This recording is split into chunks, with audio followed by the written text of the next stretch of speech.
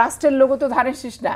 এখন শাপলাটাকে যেইখানে নদীতে পুকুরে জলজ জায়গায় হয় তার আশেপাশে লতা গুল্ম হিসেবে ধানের শীষের ধানের গাছও আছে আশেপাশে, অন্য গাছও যেমন আছে ধানের গাছও তেমন আছে, কিন্তু এইটা ধানের শাপলার জন্মস্থানটা দেখাতে যে ধানের শীষ সহ লতাগুল্ম দেখানো। এখন ধানের শীষ তো রাষ্ট্রের লোগো না, ধানের শীষ তো হচ্ছে জাতীয় সংসদে এককভাবে রাষ্ট্রের লোগো না, এককভাবে রাষ্ট্রের লোগো না তো কি দ্বিতীয়ভাবে রাষ্ট্রের লোগো? আপনি সংসদের যে লোগোটা স্পিকার যে পতাকাটা ব্যবহার করে তাতে কিসের ছবি আছে? শাপলার ছবি আছে, আশেপাশে আরো অনেক কিছু ছবি। শাপলার ছবি আছে কিনা? আছে। আচ্ছা, তারপরে আপনি শাপলার ছবিটাই তো মেইন, এখানে মেইন তো শাপলাটাই, মুখ্য করে তো শাপলাটাই। তারপরে আপনি আর্মিদের লোগো কি?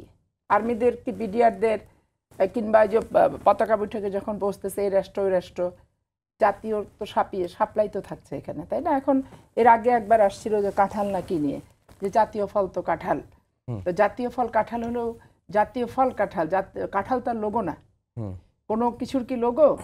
যে আমাদের জাতীয় সংসদের স্পিকার যে পতাকাটা ব্যবহার করে সেটা লোগো, সেটা কিন্তু না। কিন্তু শাপলা প্রতীক এনসিপি কে দেয়া হলে দল হিসেবে বিএনপির কোনো আপত্তি আছে?